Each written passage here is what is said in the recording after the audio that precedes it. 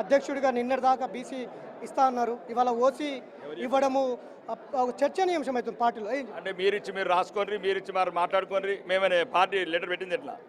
మేము ఇంతకుముందు ఎన్నికలలో బీసీ అభ్యర్థిని ముఖ్యమంత్రి చేస్తామని మేనిఫెస్టోలో పెట్టాం. అది రాజకీయ ఎన్నికల రంగం, క్రీడా రంగం.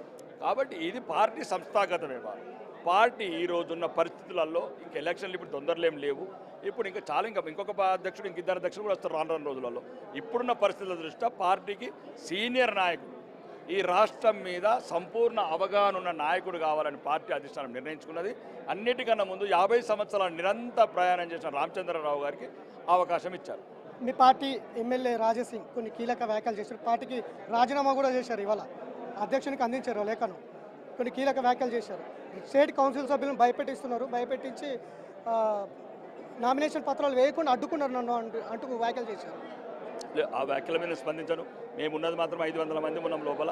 అన్ని వీడియో రికార్డింగ్లు ఎంత ప్రశాంతంగా ఉంది, ప్రజాస్వామ్యయుతంగా ఉంది. రాజాసింగ్ వ్యాఖ్యలు ఎట్లా చూస్తారు? రాజీనామా చేయడం కావచ్చు.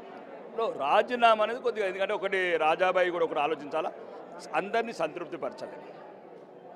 ఇప్పుడు ఎవ్వరు కూడా రాజాసింగ్కి ఇస్తే రాకేష్ రెడ్డి ఇబ్బంది అవుతుంది, రాకేష్ రెడ్డికి ఇస్తే మహేష్ రెడ్డి, ఎవరికో ఒకరు నెర్వస్నెస్ ఉంటుంది. కానీ రాజాసింగ్ మా సీనియర్ నాయకుడు, మా పార్టీకి పెద్ద వజ్రం లాంటి ఆస్తి ఆయన.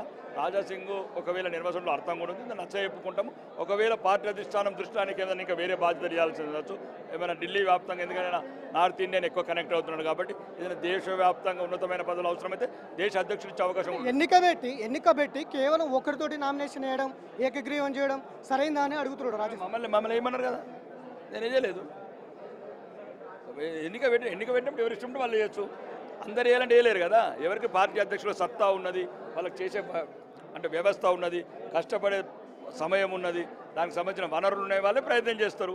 స్టేట్స్ కౌన్సిల్ సభ్యులను భయపెట్టించారు. 3 సంతకాలు చేసిండ్రు, ఇంకొక 7 మందిని సంతకాలు చేసేది ఉంది. కానీ రాష్ట్ర నాయకత్వం వారిని భయపెట్టించింది, సంతకాలు చేయకుండా అడ్డుకుంటుంది. రాజాసింగ్ అందుకే పార్టీకి రాజీనామా చేశాడు అనేది కొన్ని వ్యాఖ్యలు. ఏమైనా అంత 3 నిమిషాల ముందు వచ్చాడు ఆయన. ఓకే, ఆయనకి ఏమైనా మానసికంగా కొద్ది ఇబ్బంది ఉంటే మేము నచ్చ చెప్పుకుంటాము. రాజాసింగ్ అనేది టీ కప్పులో తుఫాన్, రాజాబాయి హమారా లియే హనుమోలే, రాజాబాయికు చోడితేనే హమ్కు రాజాబాయినే చోడితే.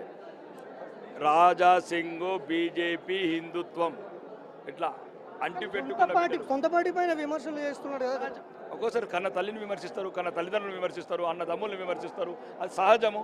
ఒక మా అన్ననే కదా సమర్థిస్తున్నారా ఆయన సమర్థించడం కాదు. మా అన్న కొద్దిగా ఇబ్బంది పడ్డాడు, ఆ ఇబ్బందిని సరిదిద్దుకుంటాము. నేను అనేది ఏంటంటే రాజాసింగ్కు సరిపడా పదవి కేంద్ర పార్టీ ఏం నిర్ణయం తీసుకుంటుందో దేశవ్యాప్తంగా ఆయన సేవలు వాడుకుంటుందచ్చు.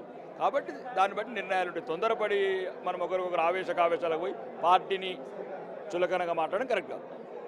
సో అది రాజాసింగ్ ఏమైనా ఉంటే కనుక అది అధిష్టానం చూసుకుంటుంది. తొందరపడి పార్టీ పైన కావచ్చు, ఇంకేదైనా పైన కావచ్చు, ఇట్లాంటి వ్యాఖ్యలు చేయడం సరికాదనేది. అంటే పార్టీలో రాజాసింగ్ గతం నుంచి కూడా ఉన్నారు. రాజాసింగ్ మాకు ఒక పెద్దన్న లెక్కలో ఉంటాడు. ఆయన మాట్లాడే మాటలు అధిష్టానం ఏ విధంగా స్పందిస్తుంది, అధిష్టానం ఆయన దృష్టిలో ఉంది. ఆయనకు ఇంకొక పదవి ఏమైనా ఇస్తుందా లేదా అనేది కూడా ఆయన అభిప్రాయం వ్యక్తం చేస్తున్నటువంటి నేపథ్యం అయితే